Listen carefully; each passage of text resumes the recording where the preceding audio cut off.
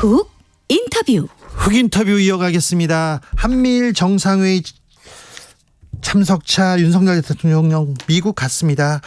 내일 미국 캠프 데이비드에서 한미일 정상회의 열리는데요. 자, 이번에 어떤 외교적 성과 가져올지 두루두루 좀 물어보겠습니다.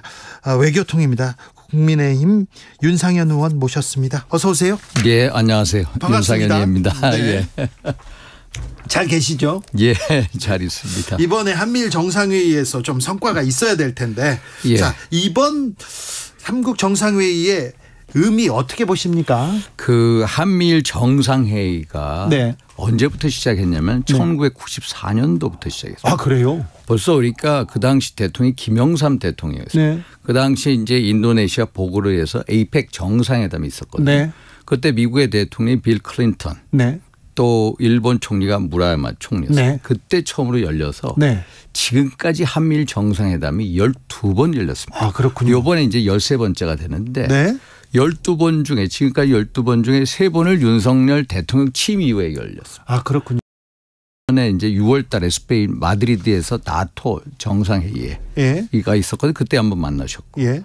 또 작년 11월에 또 이 캄보디아 프놈펜에서 또 아세안 정상회의 때 또 만났고 네. 또 올해 7월 달에 네. 히로시마에서 G7 정상회의가 있었거든요. 네. 그때 또 만났어요. 그때 만났을 때 바이든 대통령이 따로 예. 두 정상을 미국으로 초청해서 별도의 회담을 하자. 이번에 별장에서 그래서 캠프 별장 데이비드에서. 캠프 데이비드에서 처음으로 열리게 되는 겁니다. 그래서 이번에 의미라고 본다면은 지금까지 이 한미일 정상회의가 네. 비정기적으로 네. 또 제한적으로 열렸는데 네. 한미일 협력 자체가. 네. 그런데 이 한미일 협력이라는 게 좀 더 정례화되고 또 제도화되고 또 공고화되는 계기가 된다. 네. 그래서 한국이나 미국이나 지금 하는 얘기가 한미일 삼각 협력에 있어서 새로운 이정표 대통령의 말씀입니다. 이정표가 열릴 거다. 네. 또 미국에서도 새로운 챕터라고 합니다. 새로운 역사의 장이 열릴 거다. 이렇게 보고 있습니다. 한미 관계 공고 해제하죠. 네. 예. 중요하죠. 한일 관계 중요합니다. 예. 그런데 한미일 이렇게 묶이지 않습니까? 한미일 묶이죠. 네. 계속 묶이고 있습니다. 예, 예. 특별히 일본이 군사적으로도 이렇게 묶이는데 이 예. 부분에 대해서는 국민들 걱정합니다. 한미일 군사 협력이라는 게 네. 우리는 과거 일본 군국주의의 어떤 그 경험을 네. 갖고 있지 않습니까? 네. 역사의 경험을 우리는 정말로 뼛속까지 가지고 있습니다. 예. 그래서 일본의 군사 대국화에 대해서 엄청 반대를 하죠. 그렇죠. 걱정이 되죠. 일본이 어떤 헌법 구조에 의해서 네. 사실 이제 그 뭐 군대라든지 군사적인 팽창을 할 수 없는 네. 헌법적인 제약 요인에도 불구하고 계속 군사적인 팽창을 해오는 게 사실인데 네. 어떻게 보면은 한미일이라는 제도적인 틀 속에 넣기 때문에 네. 우리도 일본의 군사 대국화를 경계를 하지만 미국도 네. 같은 틀 속에서 경계를 할 수 있다. 물론 경계 안 하는 것 같아요. 근데 미국은 물론 일본 편 만드는 것 같아요. 미국 입장에서는 네. 예. 중국을 견제하기 위해서 그렇죠. 일본을 이용하는 면이 있습니다. 네. 그래서 일본의 이제 군사적인 팽창을 이제 그 지원하는 예. 그런 입장도 있습니다만은 그 지원이라는 게 결국 한국의 어떤 동의가 예. 있어야 된다는 것을 삼국협력 틀 속에서 우리가 보여줄 수 있다. 네. 그래서 어떤 이 우리가 우려할 만한 군사 대국화는 한미일 삼각협력 체제에서 묶어두는 하나의 또 틀이 될 수도 있다. 네. 이렇게 얘기. 그 부분에 대해서도 고민이 있겠죠. 예, 예. 네. 그런데요. 네. 한미일 이렇게 계속 삼국이 묶이면 예. 중국이 이렇게 반발할 텐데요. 러시아도 반발할 텐데요. 우리는 북한 때문에 중국, 러시아와의 관계도 중요하지 않습니까? 근데 사실 이게 왜 우리가 한미일이 엮여 나가냐. 네. 사실 북한 때문에 그렇습니다. 그렇죠. 북한의 핵과 미사일의 고도화. 네. 아니 사실 북한이라는 게 핵 개발을 얼마나 오랫동안 했습니까? 예. 진짜. 예. 이 소위 말해서 1950년대부터 핵 개발을 해왔거든요. 예. 그래서 명실공히 사실상 핵 보유국이 됐습니다. 네. 핵 보유국이 됐는데 북한이 어떻게 핵 보유국이 됐습니까? 1991년 90년 그 겨울에 우리가 뭘 했습니까? 한반도 비핵화 선언을 했죠. 예. 북한도 우리랑 한반도 비핵화 선언을 했습니다. 그런데 몰래 핵 개발을 했어요. 그다음에 문재인 정부 때 2018년 4월 27일 판문점에서 문재인 김정은 두 사람이 만나지 않았습니까? 네. 거기서 뭐 했어요? 한반도에 완전한 비핵화를 하겠다고 했습니다. 네. 존 볼턴의 회고록에 보면요. 심지어 무슨 얘기를 했냐면은 이런 얘기를 전합니다. 볼턴한테. 그 당시에 국가안보보좌관이 정의용 예. 국가안보보좌관인데 무슨 얘기를 전하냐면은 문재인 김정은 두 정상이 대화를 하는 가운데 빨리 비핵화를 해라. 네. 해라. 예. 라고 문재인 대통령이 얘기합니다. 네. 그랬더니 김정은이 뭐라고 얘기하면은 야 2년 내에 하겠다. 네. 2년 내에 하겠다. 네. 그랬더니 안 된다. 문재인 대통령이 거기서 1년 내에 해라. 그래서 김정은 위원장이 1년 내에 하겠다고 얘기했어. 그것을 존 볼턴한테 전언을 해 줬습니다. 예. 그런데 완전한 비핵화를 1년 안에 하겠다고 했는데 완전한 비핵화가 아니라 완전한 핵무장이 됐습니다. 북한은요. 명실공히 50여 개 핵무기를 가지고 있는 네. 핵 보유국이고 또 수많은 핵 투발 수단을 가지고 있잖아요. 미사일, 단거리, 중거리, 심지어 ICBM까지 예. 거의 성공해 왔지 네, 네. 않습니까? 그렇기 때문에 이렇게 고도화되는 상황 하에서 우리도 자구책이 있는데 우리의 자구책이 뭡니까?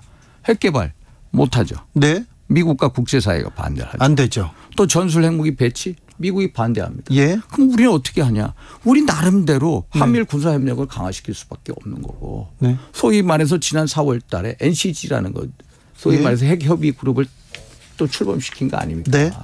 그래서 이게 근본적으로 북한이라는 나라가 네. 핵과 미사일을 고도화되기 때문에 생기는 문제고 그렇기 때문에 중국이나 러시아가 유엔 안보리 상임이사국 아닙니까? 예.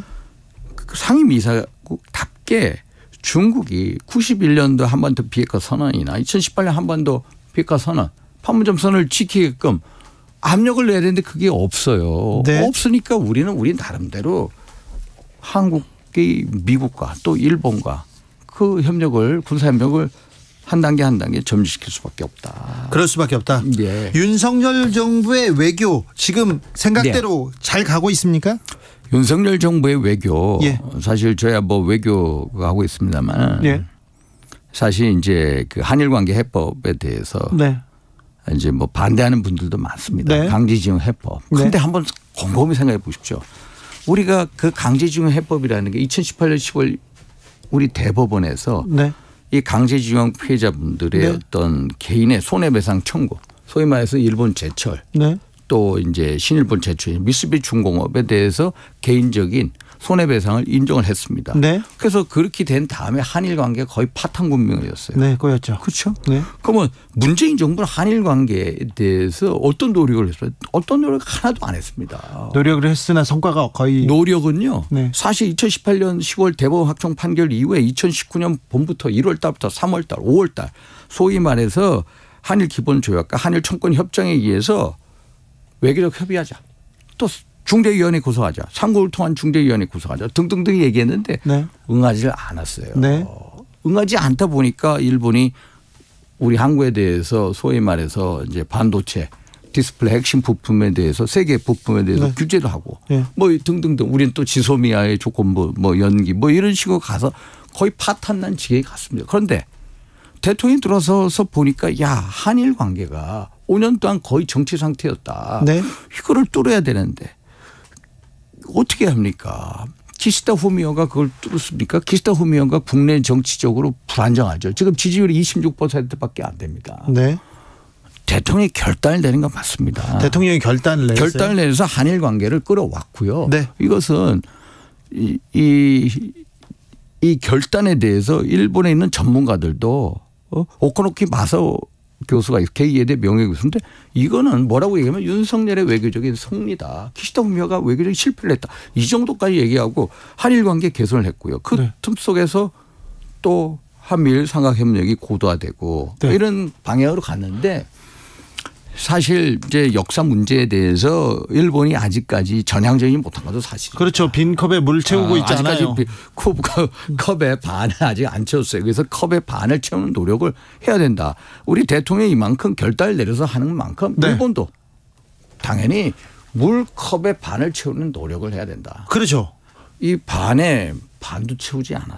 한일 정상회담, 한미 정상회담이 계속 이어집니다. 한미일 정상회의도 있습니다. 그런데 네. 정상회의 있을 때마다 대승적 결정을 하고 일본한테 주고 미국한테도 보따리 주고 자꾸 주기만 하는 거 아니냐 이런 얘기는. 아니 주는 것도 있지만 받는 것도 있습니다. 우리가 이제 뭐 예를 들어 일본한테 받는 거는 별로 없는 것 같아요. 일본에 대해서 예를 들어서 이제 수출 규제 네. 그거 해제했죠. 네.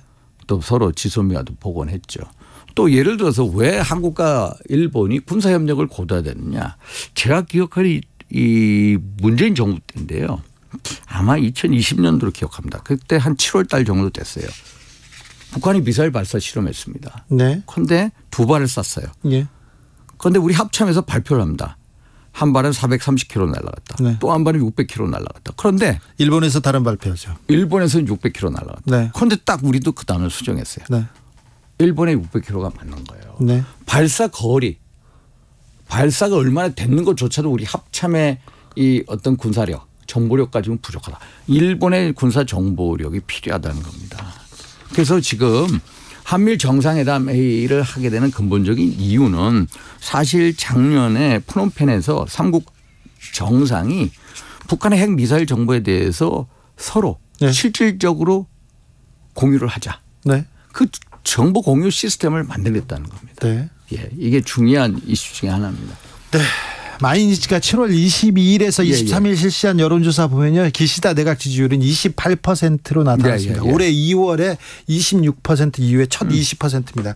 그 얘기를 의원님이 하셨습니다. 이번에는 좀 성과를 내시겠죠.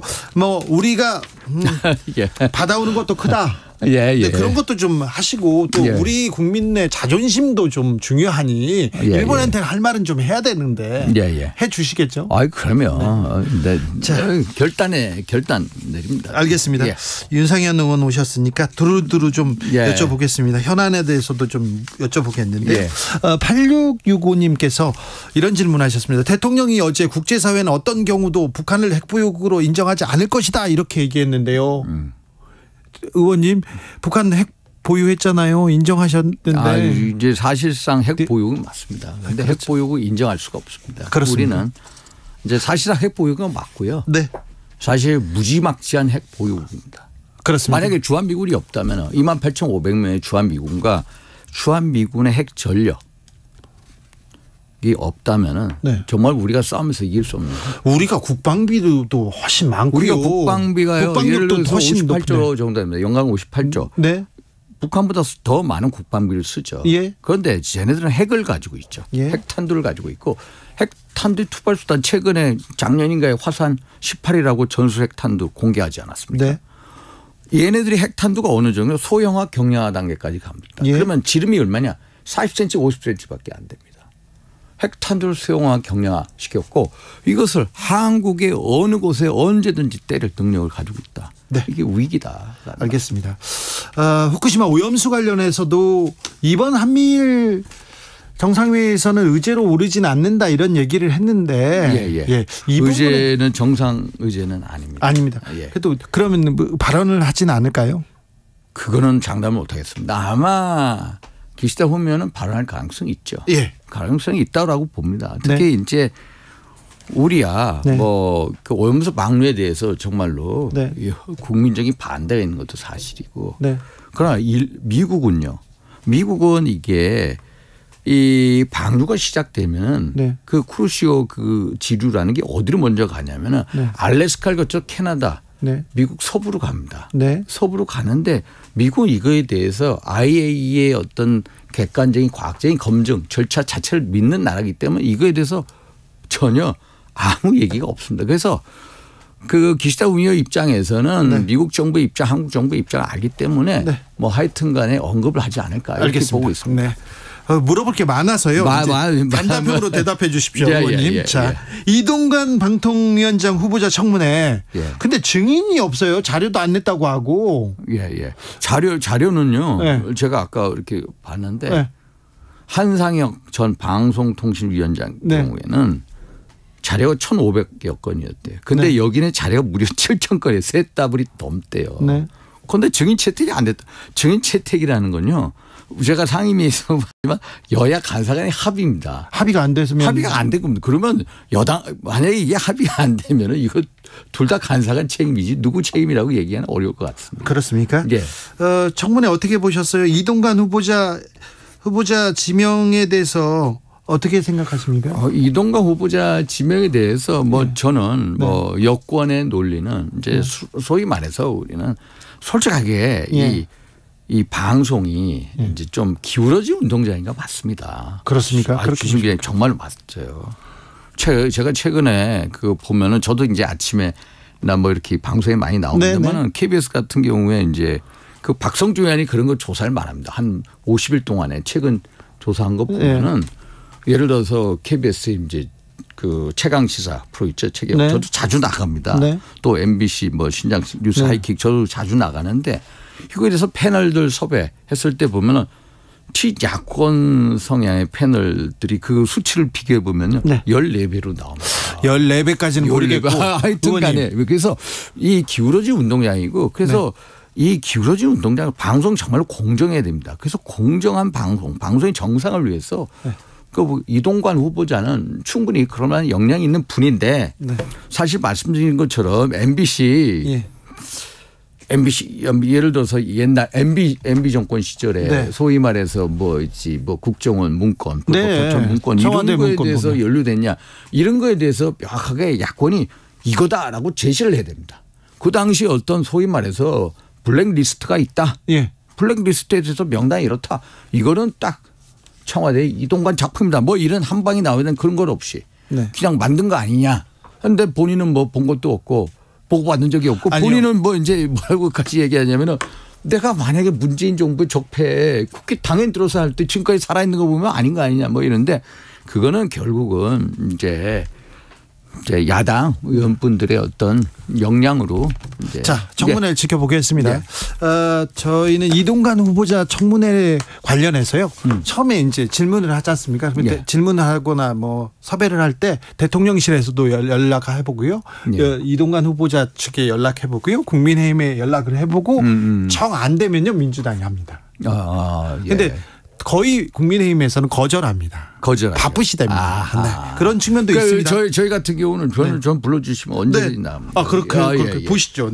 또 물어볼게요. 그런데 윤석열 정부 들어서 정치가 사라졌다. 협치 사라졌다. 대화도 없어졌다.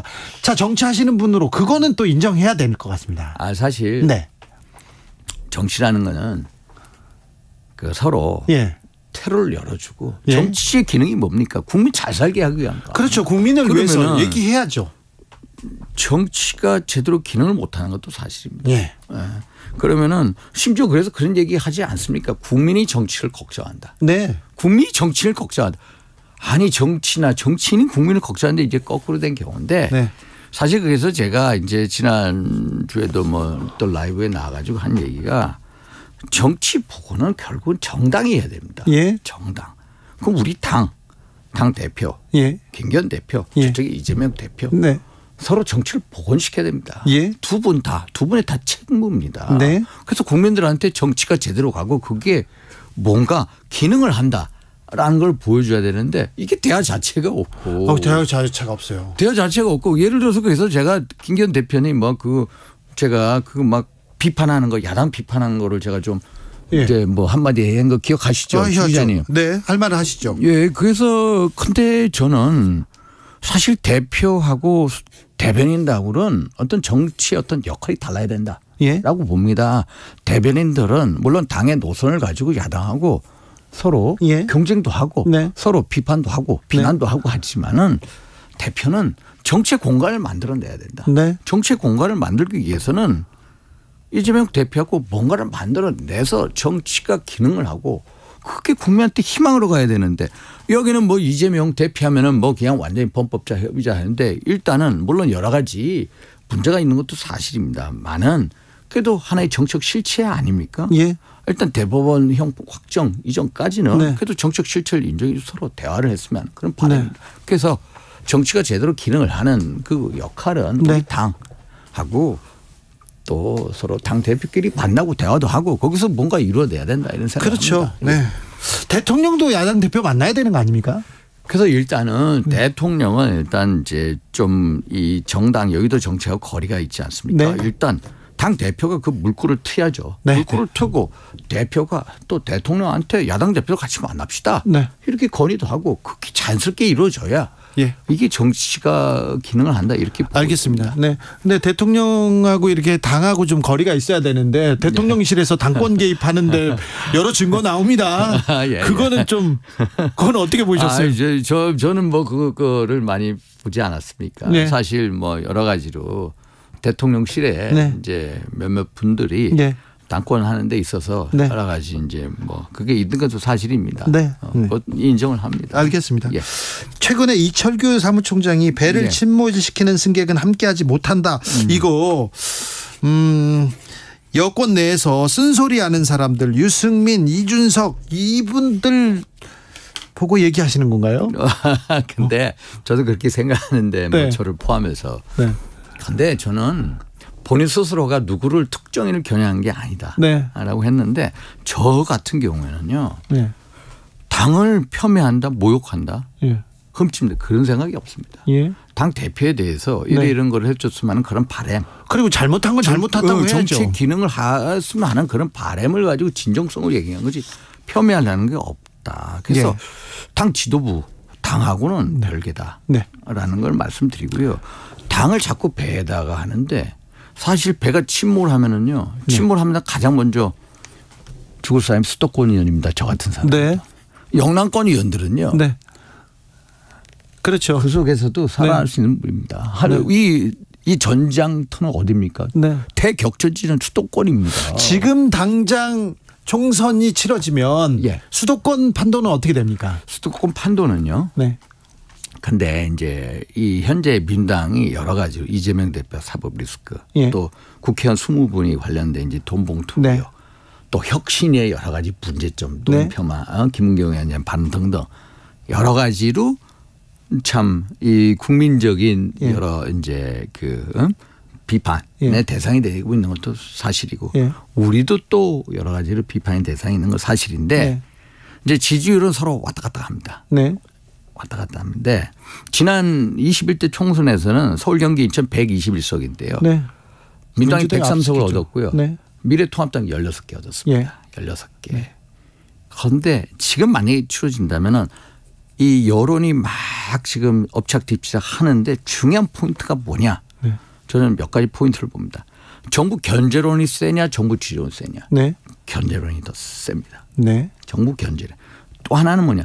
대통령의 긍정적인 평가 부정적인 평가. 네. 그 괴리. 예. 괴리가 큽니다. 20%. 네. 지금도 부정적인 또 평가가 좀 대표에 대한 평가. 이것도 또 그것보다 훨씬 더 큽니다. 높습니다. 네. 그러면은 우리가 뭐 잘 나오는 여론조사하고 현실적인 분위기는 다르다. 이게요. ARS 여론조사하고요. 네. 전화 면접 여론조사하고 다릅니다. 네. 민당이 국민적인 지탄이 대상이 되니까 민당 지지자분들이요. 전화 여론조사는 끊어버립니다. 면접조사하면 네네. 응답을 안 합니다. 샤이 보터가 있는 거고요. 그러나 누르는 거 ARS는 들어가서 찍습니다. 그래서 우리 국민의 입장에서는 ARS 여론조사가 훨씬 더 국민 총선 여론조사 갈 가능성이 있다. 그거에 대해서 대비를 해야 된다. 이런 알겠습니다. 말씀드립니다. 전문적인 얘기는 좀 뒤에서 제가 듣겠습니다. 예, 물어볼 게 많았는데요. 예. 시간이 끝났어요. 껌졌어요? 네, 곧 다시 오셔야 되겠습니다. 또 불러주세요. 국민의힘 윤상현 의원이었습니다. 감사합니다. 네, 감사합니다. 정치 피로, 사건 사고